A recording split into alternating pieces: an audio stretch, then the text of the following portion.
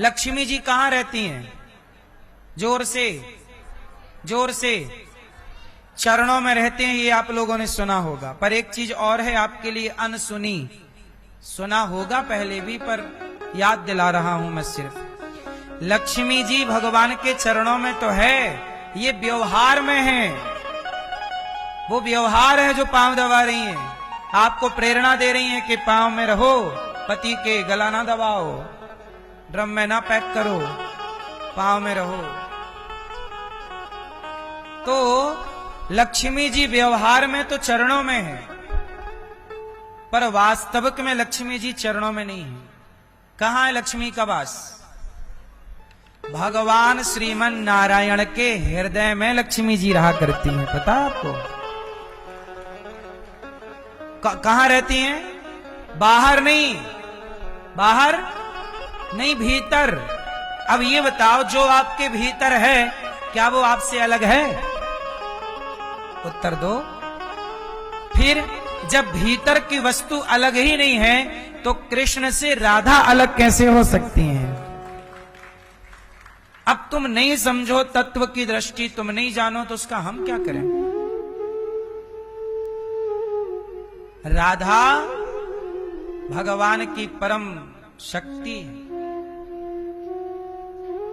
इसलिए जब भृगु जी ने भगवान के पांव में और भगवान की छाती पर लात मारी ना, तो लक्ष्मी जी नाराज होके चली गई थी। पता है आपको कि आप तो देखो लात खाते रहते हो, कुछ बोलते नहीं हो। भृगु जी ने जब लात मारी ना लक्ष्मी जी को, तब ब्राह्मणों से लक्ष्मी जी थोड़ा नाराज हो गई। इसलिए ब्राह्मण लोग कैसे रहते हैं? एक गरीब ब्राह्मण था, कभी कथा ना सुनी होगी कि एक अमीर ब्राह्मण था, क्योंकि लक्ष्मी जी को लात मार दी भृगु जी ने, तो लक्ष्मी बोली जी चले हम। पर ब्राह्मण ने लक्ष्मी को छोड़ दिया, पर नारायण को नहीं छोड़ा। इसलिए जहां नारायण वहां लक्ष्मी। नारायण के पांव नहीं छोड़े। इसलिए मेरी मां लक्ष्मी जी छोड़ के चली गई। तब भगवान मनाने गए, और उन्हीं मनाने के क्रम में तिरुपति बालाजी का प्राकट्य हुआ। ये कथा बड़ी लंबी चौड़ी है, हम सुना चुके हैं पहले कई बार। तिरुमला पर्वत पर लक्ष्मी जी रूठ के बैठ गईं। तब भगवान मनाने गए, तो वहां पर लक्ष्मी जी तो मनाते रहे, तभी पद्मावती नाम की कन्या आ गई, उनसे ब्याह कर लिया भगवान ने। तो तिरुपति, त्रिपति, बोलो त्रिपति, तीन के पति को ही तिरुपति कहते हैं। जो वेंकटेश भगवान है, तिरुपति बालाजी नाम सुना है? तिरुपति, उनका तिरुपति नाम क्यों पड़ा? क्योंकि तीन के पति हैं। उनकी पत्नियां कितनी हैं? तीन। कौन कौन? एक तो हो गई लक्ष्मी जी, दूसरी पृथ्वी माता भूदेवी, श्रीदेवी, और तीसरी माता पद्मावती। अब ये पद्मावती कौन है? तीसरी कौन एंट्री हो गई? तो सुनो, भगवान के साथ कितना मतलब सिचुएशन होती है आप लोग समझते ही नहीं। इसलिए मैं बोलता हूं कभी आप भी 2-4 घंटे के लिए भगवान बन के देखना। एक भगवान कितनी टेंशन में रहते हैं आपको पता ही नहीं, और आप लोग तो बस अपनी टेंशन लिए जाते हो। भगवान की टेंशन क्या सुनते ही नहीं हो। भगवान की टेंशन कितनी है सुनो। अब सुनो, एक टेंशन आ गई सामने भगवान के। पत्नी रूठ गई, अब पत्नी को मनाने चले, पर एक बार क्या हुआ, मैया मोबाइल चला रही हैं। मैया सुनो, क्या हुआ, जब रावण ने सीता मैया को चुराया। चलो बताओ, रावण ने जिन सीता मैया को चुराया वो असली सीता थी कि नकली छाया सीता थी? असली सीता कहां थी उस समय? अग्नि में वास कर रही थी। आप लोगों को ऑन रिकॉर्ड लिखा है रामचरितमानस में। रावण ने जिन सीता को चुराया वो कौन थी? वो छाया सीता थी। अच्छा, वो छाया सीता कौन थी भाई? कोई छाया भी कहां से आएगी? अभिनय करने के लिए सीता का कोई तो आएगी छाया बनके। कौन थी वो? तो वो थी माता पद्मा, वो थी वेदवती। कौन थी वो? ये ब्रह्मा जी की बेटी थी। वेदवती नाम की एक कन्या थी, हिमालय में तपस्या कर रही थी, भगवान को पति के रूप में चाहती थी, पर भगवान पति रूप में मिले नहीं, तो रावण चला गया। रावण ने देखा सुंदर कन्या बैठी है, तो रावण ने बाल पकड़ लिए, और रावण ने बाल पकड़ा तो वेदवती ने श्राप दे दिया कि आज के बाद तूने किसी नारी के उसकी मर्जी के बिना बाल पकड़े, उसका टच किया, तेरा सर्वनाश हो जाएगा। रावण चरणों में गिर पड़ा, माता क्षमा करो। तो माता ने कहा, तू जिसे चुराएगा, यदि वो एक बार तेरे ऊपर करुणा की दृष्टि डाल देंगी, तू अमर हो जाएगा। पर सुन रावण, तेरे विनाश का कारण मैं ही बनूंगी, तूने मेरे तपस्या भंग की। तो रावण ने वेदवती की तपस्या कर दी भंग, और वेदवती ने रावण को दे दिया श्राप। अब सुनो, जब असली सीता को भगवान ने प्रवेश कराया अग्नि में, तो उस समय सीता का रोल करे कौन, अभिनय करे कौन? तब भगवान राम ने वेदवती माता को बुलाया कि आप मुझे पति रूप में चाहती थी, तो आप अभी थोड़ी दिन के लिए मेरी पत्नी का अभिनय करो। तब वही है छाया सीता, वेदवती, रावण जिनको चुराया। अच्छा, जब रावण चुराया तो राम जी ने क्या किया? रावण को मारा। तो सीता की अग्नि परीक्षा थी, वो अग्नि परीक्षा नहीं थी, वो वापसी थी, क्योंकि अग्नि से सीता मैया को वापस निकालना था। तो जब सीता मैया की वापसी हुई, तो ये जो वेदवती थी, इन्होंने कहा कि प्रभु, मैं आपकी पत्नी बनने का सौभाग्य कब पाऊंगी, क्योंकि अभी तो मैं बनी 11 महीने के लिए रावण के पास, लेकिन इस समय मेरा आपसे वियोग था, संयोग कब होगा, मैं आपको आपकी पत्नी कब बनूंगी? तब राम बोले कि मैं कलयुग में आऊंगा, कलयुग में आऊंगा, तब आप मेरी पत्नी बनकर आना। तो ये घटना कलयुग की शुरुआत की है। भृगु जी ने लात मारा, लक्ष्मी जी नाराज होके गईं, तब भगवान ढूंढते हुए आए, तब भगवान का नाम, तब भगवान आए और भगवान प्रेम पूर्वक पद्मावती नाम की वो जो कन्या थी, वो वही सीता थी जो रावण ने चुराया।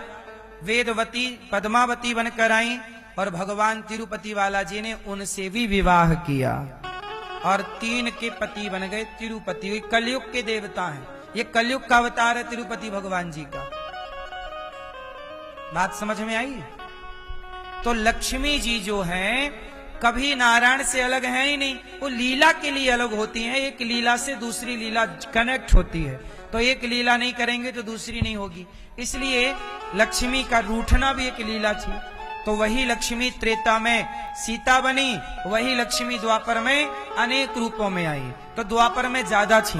द्वापर में क्या थी? भगवान की 16,108 रुक्मणी जी। दूसरी है जामवंत की बेटी जाम्बवती। जाम्बवंत जी बोले मेरी बेटी से विवाह करो। अब बताओ, कोई आपकी शादी हो गई और कोई बोले नहीं मेरी बेटी से करो, अब आप क्या करेंगे? भगवान ने कहा ठीक है, नहीं करेंगे ब्याह। बोले नहीं करोगे तो आपने वचन दिया था। जामवंत जी को त्रेता में ही वचन दे दिए थे कि तुम्हारी बेटी से हम द्वापर में विवाह करेंगे। ये जामवंत जी त्रेता वाले जामवंत जी हैं, अभी तक पीछे पड़े हैं कि छोरी से ब्याह कर लो। अब द्वापर में जाके ब्याह हुआ। फिर तीसरी समस्या आई, सत्यभामा जी मिल गई। ये सत्यभामा कौन है? ये पृथ्वी माता है। पृथ्वी माता बोली हम पत्नी बनेंगे, ठीक है आओ। तो पृथ्वी माता आ गई। फिर सूर्य भगवान की बेटी बोली मैं भी आऊंगी। तो यमुना मैया कौन है? सूर्य भगवान की बेटी। ये यमुना मैया बोली कि मैं भी आपसे विवाह। अब बताओ किसको मना करें भगवान? किसको मना करें? आप लोगों के साथ तो समस्या ये है कि आपका एक ही ब्याह नहीं हो रहा है, और भगवान के साथ तो ये है कि रोज कोई आ रहा है, और भगवान छिपा के नहीं कर रहे हैं, बता के भैया हमारा हो चुका ब्याह, हो गया और कर लो, बता के कर रहे हैं, छिपा के नहीं। और आजकल तो आप लोग शादी के बाद में कुंवारे बने रहते हैं, छिपाते हैं, हाँ या ना? स्त्रियां भी अपनी मांग छिपाती हैं। स्त्रियां आजकल कुछ स्त्रियां मांग ही नहीं भरती, वो भरती भी है तो साइड में भर लेती है, पति को साइड कर दिया, चल किनारे। और भरती भी है मांग तो दूसरे तरफ के बालों से छिपा लेती है, कोई देख ना ले कि हमारी मांग में सिंदूर है। इंप्रेशन खराब होगा ना, शादीशुदा है। हाँ?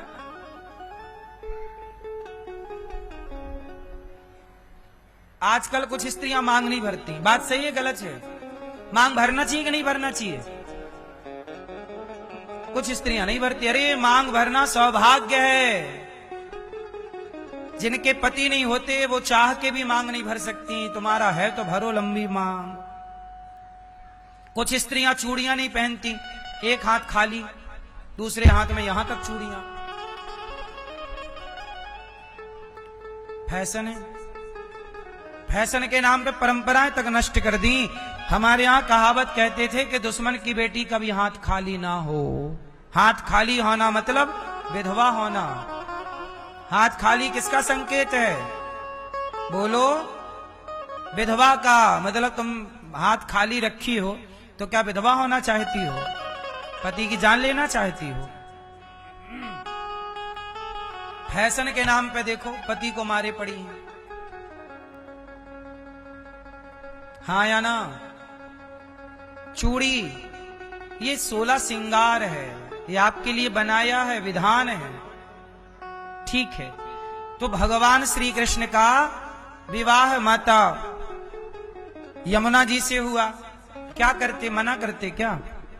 अच्छा, भगवान ने सबसे ज्यादा फायदा भगवान का किस विवाह से हुआ? यमुना जी के विवाह से। क्योंकि यमुना मैया के दो भैया बड़े डेंजर हैं।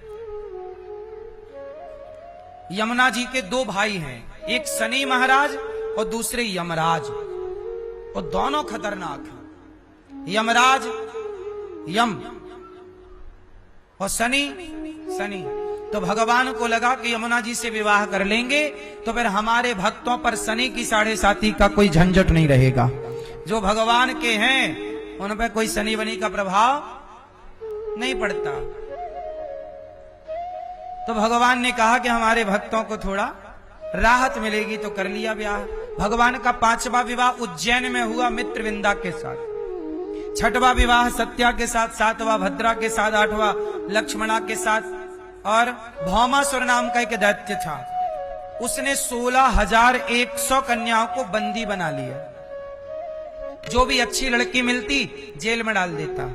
और भौमासुर के जेल में 16,100 कन्याएं जब हो गई तो कन्याओं ने भगवान से कहा, प्रभु अब ये मार डालेगा हमें या हमसे। अच्छा, वो बंदी क्यों करता था? उस भौमासुर का मन था कि मैं इन कन्याओं से एक साथ विवाह करूंगा। तब उन कन्याओं ने भगवान से कहा कि प्रभु आप हमारी रक्षा कीजिए। तब भगवान ने भौमासुर को युद्ध में परास्त किया, मारा और उन कन्याओं को जेल से मुक्त किया। कन्याओं से कहा, देवियों अपने अपने घर जाओ। उन कन्याओं ने कहा, प्रभु हम आपको छोड़ के कहां जाएं? अब बताओ, वो 16,100 कन्याएं थी। यदि भगवान कहते घर जाओ तो वो घर कहां जाती? उनके पिता उनके भाई क्या उन्हें स्वीकार करते? लोग कहते कि तुम पराये पुरुष के पास रहकर आई हो। कौन स्वीकार करता, कौन विवाह करता? जिन नारियों का समाज में अपमान हो रहा था उन नारियों को सम्मान के साथ जीने का अधिकार दे दिया भगवान ने अपनी अर्धांगिनी बनाकर। क्या गलत किया? आप सिचुएशन नहीं समझते कि वो परिस्थितियां क्या थी। भगवान ने अब सोचिए, भगवान का 16,108 विवाह हुए पर एक भी शादी का कार्ड नहीं छपा, सब इमरजेंसी केस थे। ना किसी भी शादी का मंडप गढ़ पाया ठीक, ना हल्दी चढ़ पाई, ना कोई, सबको ले लेके भागने की स्थिति थी। क्या करते? अब आप लोग कहो जी भगवान ले लेके भागते थे तो हम ले लेके भागे तो गलत क्या है? तो तुम भैया लेके भागने के पहले एक उंगरिया से 10 किलो का पत्थर उठा के दिखाओ। भगवान ने तो गिरिराज जी उठाई। भगवान से अपनी तुलना नहीं करनी चाहिए, वो भगवान है। और ये जो कन्याएं हैं ये कोई स्त्रियां नहीं हैं, ये वेद की ऋचाएं हैं। ये जन्म जन्म की तपस्या करने वाली, अब बताओ मीराबाई पति रूप में चाहती तो अगले बार 16,108 में मीरा का भी तो नाम होगा। ऐसी ना जाने कितनी जो पति रूप में चाहती, तपस्या करती, उन्हें भगवान पत्नी बनाते हैं। और ये भगवान का धर्म है कि भक्त जो भाव से भजेगा उस भाव से भगवान उसे प्राप्त होंगे। क्यों मैया बात सही है?